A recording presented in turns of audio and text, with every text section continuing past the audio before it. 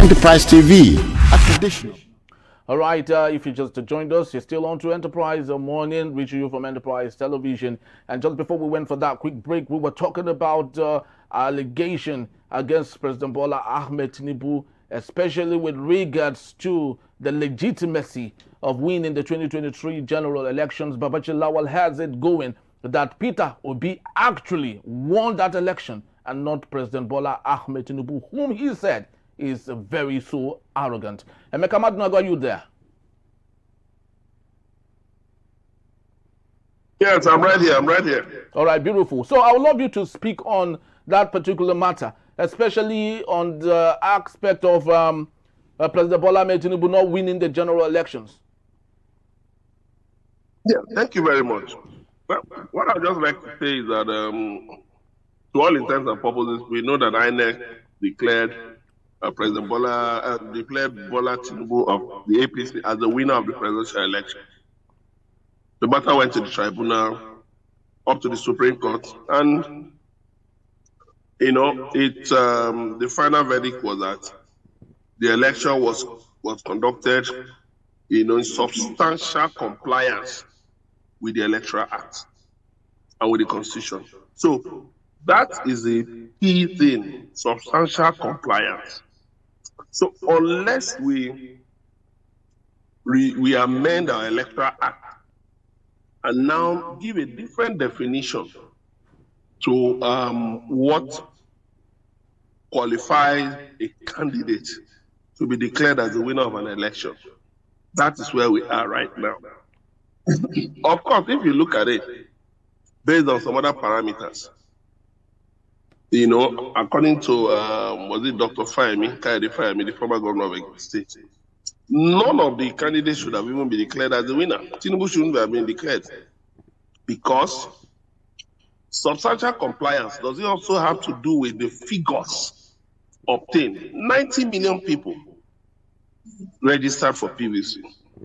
About a little over 80 million collected their PVCs. But look at the end of the day, not even up to 20 million, the entire votes, they're not up to 20 million. What percentage would you call that? Maybe 1/4 of those who collected their PVCs. And I mean, just like in an exam, that scores over 100, let's even say 80. 80 is the cutoff mark. And I mean, Tinubu, for instance, didn't even get up to 10% of the votes. But Emeka, substantial Yes. compliance. Yes. Substantial compliance means fulfilling the essential requirements of a statute, contract, or other obligation, even if there are minor deviations or shortcomings in the process. It mustn't be followed to the latter. So don't you think they have a case there? That's why I'm saying that substantial compliance is an open-ended term. Substantial to what extent? Perhaps we may need to spell out the parameters that have to do with substantial compliance. Because you see, the problem, Britain, for instance, has an unwritten constitution. But Britain hasn't, you don't see British politicians trying to undermine the polity because it has an unwritten constitution. In Nigeria, where we have a constitution, you still see politicians trying to write their own meanings into the simple thing. For instance, look at Abuja. It says, the Electoral Act says that you should win 2/3, a winner should get 2/3 of 36 states, and Abuja. But of course, at the tribunal, it became a contention because Peter Obi won Abuja. But it became a sort of contention that, okay, and Abuja, does it mean all the states, including Abuja? Or does it mean even if the candidate didn't win Abuja? And if you remember, before I think the last amendment or the penultimate amendment of the Electoral Act, there was the issue of, how many votes, getting 25%. That was a major issue at the time. Getting 25, you had to get 25% of 2/3 of the total votes cast. Now, when we talk about substantial compliance, that word, we will need to do some electoral reform to see if that word actually totally captures the parameters for declaring a candidate as the winner of an election. That is to one side. But to the other, so we need, that's why we need radical electoral reforms. So that we need to decide a situation where the three top candidates didn't score more than 1/4. The three candidates didn't score more than 1/4. I mean, what they got was just about, let's say, maybe almost scratching, maybe a little over 20 million votes. And then you now had 80 million people, a little over 80 million people who collected their PVCs. I mean, you see that there's a problem with the figures. Because if they got just 1/4, could we now say that that's up to 25% of the total votes cast? But you see, we are talking about one person getting 25% out of 2/3 of the states in which elections were held. So that's why we need radical electoral reforms, so that we can be careful. We'll be more meticulous about the choice of words, knowing that they will hold very heavy implications. That's one side. Then coming down to the field, the report by INEC, I read the report INEC prepared on 2023 elections. I went through the report. And I think the leaders of the political parties should actually go and study that report and then do a proper scientific and forensic perusal of that report. Because too often we just engage in a lot of verbal acrobatics, excuse me, without looking at the figure. Data is very, very important. In the 21st century, you have to distill information into data so that you actually know what you're looking for, where you should target. Now, INEC said that it was only the All Progressive Congress out of the 18 political parties that had a marginal spread across the 106,000 polling units of INEC. So the Labour Party didn't have as much. The People's Democratic Party didn't have as much, So how were they able, for instance, to reach the figures that gave them the impression that Obi won? Okay, let's still go down further. Rotimi Amechi says that Obi won in Rivers State. And from a lot of, looking at the evidence, which sadly, the Supreme Court and the Appeal Court didn't really consider. And that was a big disappointment, because the result in Rivers State was that Peter Obi actually won in Rivers State. Because you see there were a lot of alterations in the results from Rivers State and Benue State. Rivers and Benue were two states that the courts should have looked at dispassionately and perhaps removed from the equation or ordered fresh elections or declared Peter Obi, because you could see there were a lot of things, a lot of manipulations.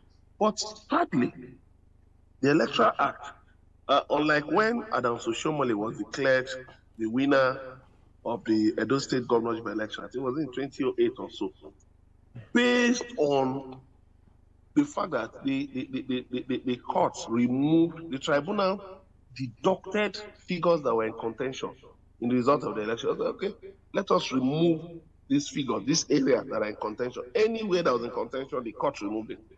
Anywhere else. So after removing those votes, the court now said, okay, there should be a recount. And when a fresh count was made, Adam Oshiomhole was declared the winner. So I don't know why that aspect was removed. Because if there are, like in the last Edo State election, governorship election, of course, there were areas where, there were areas of contention. There were places where electoral results were said to have been tampered with by the electoral officers. But the courts did nothing about that. So that is why I would say that vigilance, eternal vigilance, is very, very important. The parties should not just mouth rhetoric, empty rhetoric. They should match it with boots on the ground. They should do a forensic analysis of what the electoral process is all about. Because, for instance, okay, I give you an example of Borno State. Much of the voting in Borno State for some years now has been at the LDP camps. So it's possible to just write any result. Do the opposition parties, do they have a figure, an estimate of how many IDP camps we have in Nigeria? How many people are in those IDP camps? What is the spread of those in the IDP? I'm talking about geographical spread. Where and where do they come from? What is their spread? Because you have IDP camps in different places across the country. So what is the spread of such people? Now, take note that if somebody, for instance, in Borno, comes from XYZ local government, when they are voting, they will be asked to vote for, under that local government, irrespective of the fact that they are not domiciled in that local government at the time of the election. So all of these things, you see now, you even have more IDP in Plateau, in Borno, in Edo, in different places. I think even in the south is somewhere in Imo State, in different places. I think even in Ebonyi State. I think even in Enugu State. In some places, you have more IDP camps now.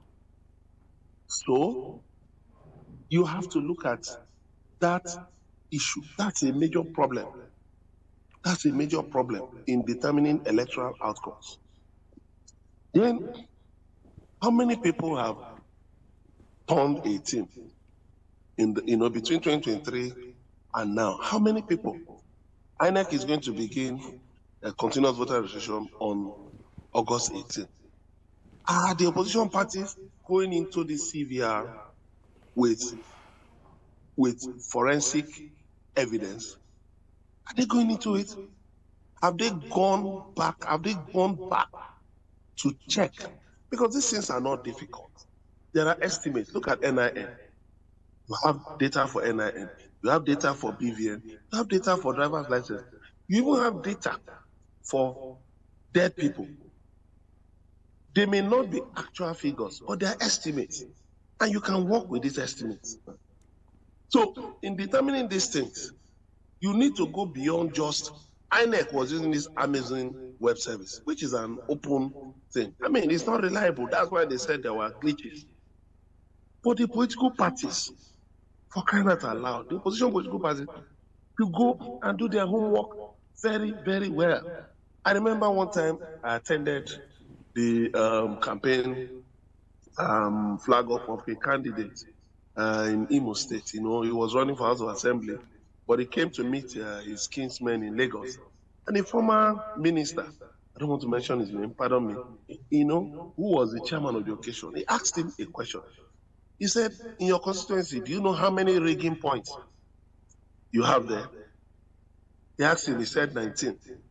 He said, do you know the rigging points in your constituency? He said, yes. He said, that's the beginning of your march to victory. That if you don't know the rigging points, then you are just going to waste time and money. You should find out the rigging points in each area. Now, this is unfortunate, but it is a reality.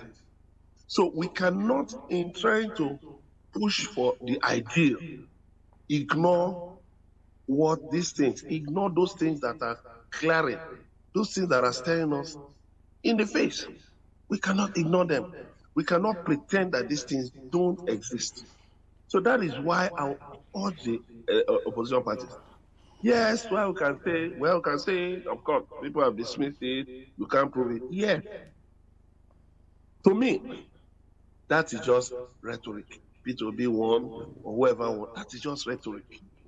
What we are saying is this: take the entire result. Now, we are hearing that some of the results have disappeared from the INEC portal.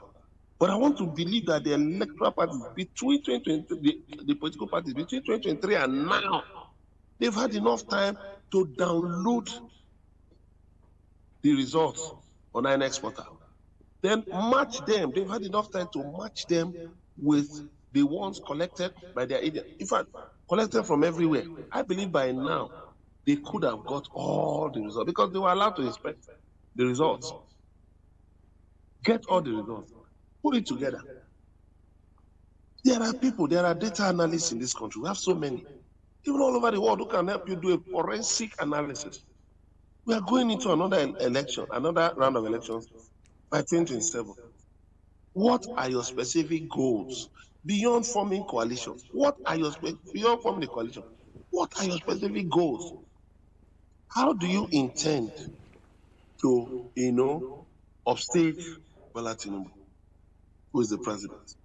So it's not just about saying whether Peter Obi won or not. Well, maybe there are certain facts that are available to Babachir Lawal, to Rotimi Amechi and others that we are not privy to. But for me, I want to look beyond that because that can just be a distraction. There is no way you can validate that claim. You cannot validate that claim. You don't have the instruments of the law or the instruments of coercion or the instruments of legislature or the legislative process to validate and activate that claim.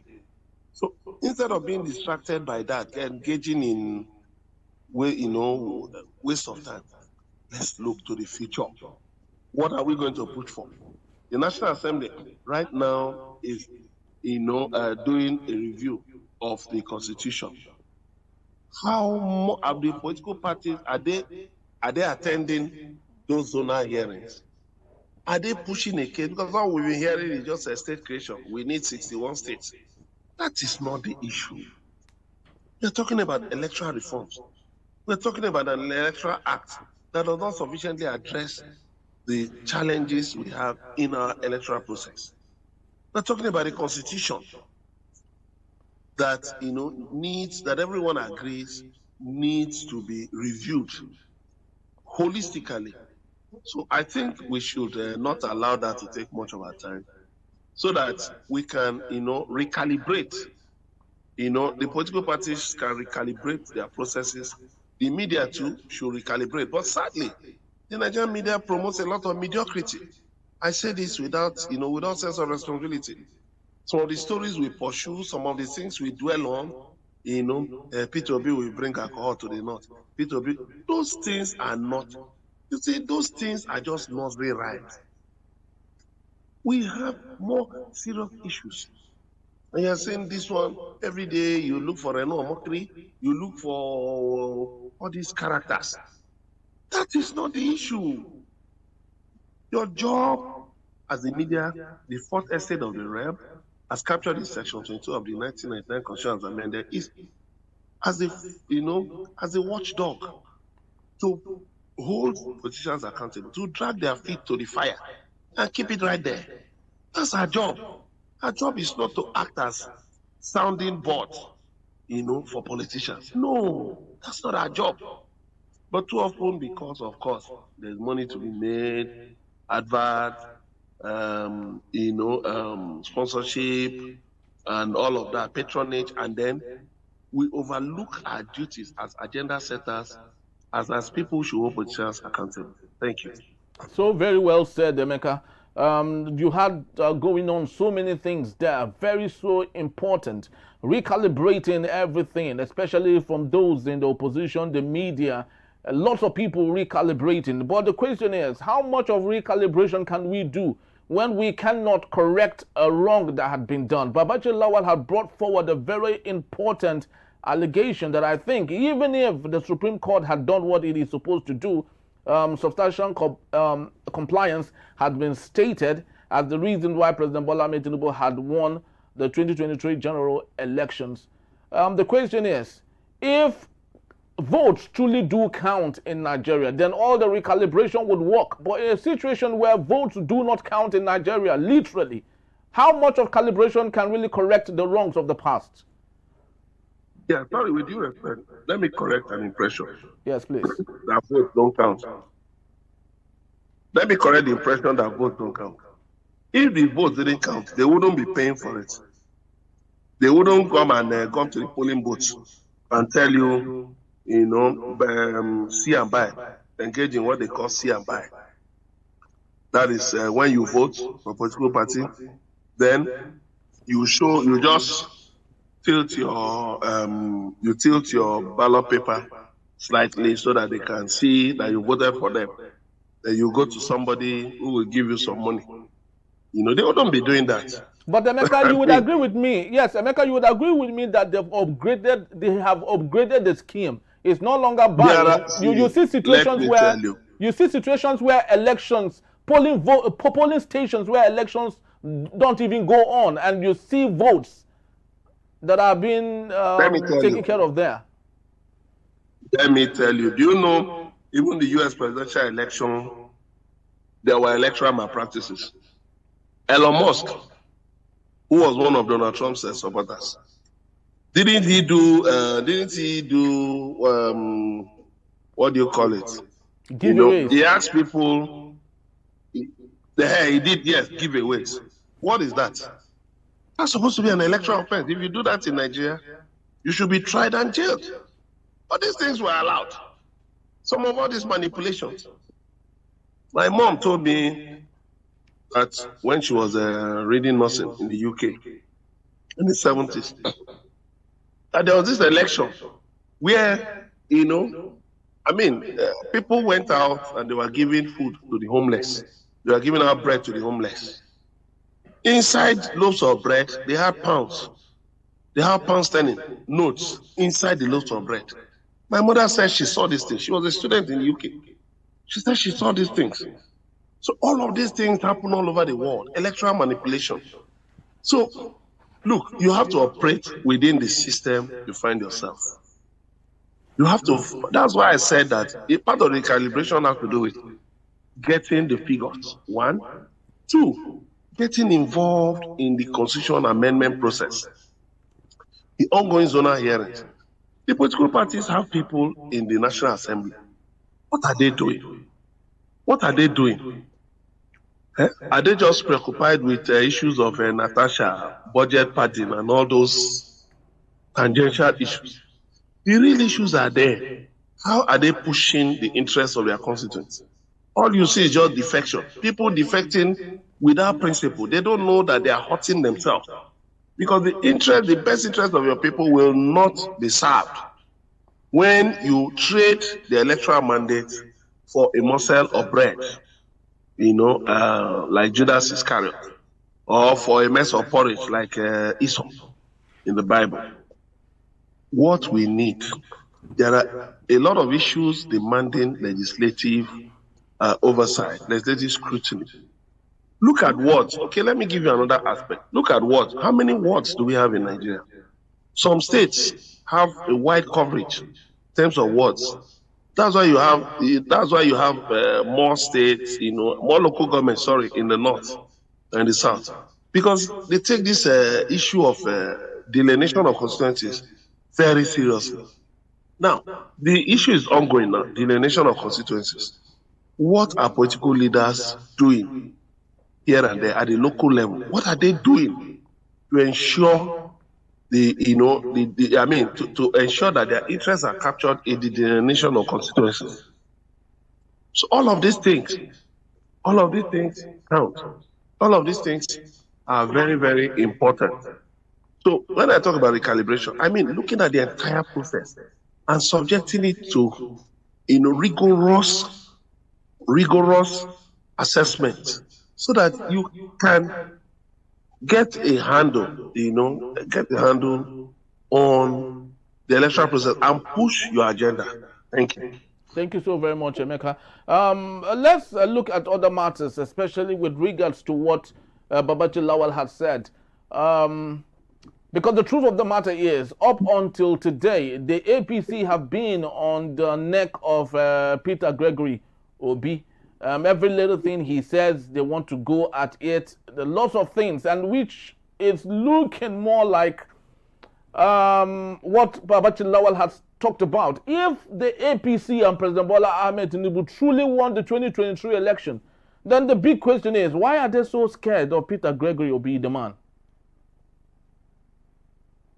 That is a global thing. That's why they are political parties. Political parties also engage in a mockery. They engage in mockery. They engage in different tactics to show that their opponents are not up to stuff. I mean, look at Donald Trump. He regularly pillories the Democratic National Convention. The other day he was saying that Obama, one of his predecessors, Barack Obama, should be tried for treason. Hillary Clinton, a former U.S. Secretary of State, should be tried for treason. He's been saying all kinds, sounding off, making allegations without even providing proof. That is the nature of politics, sadly, all over the world. But the point is this: even as they are hitting at Peter Obi, he should hit back. You see that his followers are really hitting back on social media and here and there. And that is why you have to have an interest in the media. You must be invested in how the media operates. You don't just sit back and be expecting that the media will do all the work for you. You need to speak. You need to push out your narratives. We have AI now, artificial intelligence, and a lot of people, more and more people are depending on AI. The AI is gaining traction in the media. So push your narratives online. Push your narratives online. Instead of just talking about how Peter Obi won, show how he won. Put it on the internet.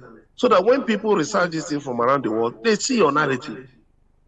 They see your narrative. Push it as you are saying it, as you are sounding it, also push it. So that, you have access to millions of people around the world who are not even Nigerians. But people who one way or the other can influence policies about Nigeria in their countries. You've got to really be serious. You've got to really be serious. Politics is not, it's not a tea party. It's a very serious business. And like one of my former bosses would say, we can't be lamenting our failures. We must make sure that we don't just talk about efforts, but results. And that is why Peter Obi, he has to, look for the best he can get, in terms of publicists, people who represent his interests, even in the media. I mean, all over the world, the media, there are tendencies in the media. So, like in the US, you see those supporting who, let me not say bias, but who lean towards, different tendencies. And insofar as they don't engage, they don't thwart the electoral process, they don't subvert the electoral process, there's nothing wrong with it. Thank you. Thank you so very much, Emeka. We can go on and on and on, but it is becoming more interesting as days run by on the revelations that are coming up now and then. Unfortunately, like I said in my at a particular point, that sadly former President Muhammad Buhari is no longer here with us to equally state some of the things he has seen, especially going by the 2023 general elections. Lots of things definitely will be made known to Nigerians as time goes on. The most important thing for Nigerians is that their voices, their votes count.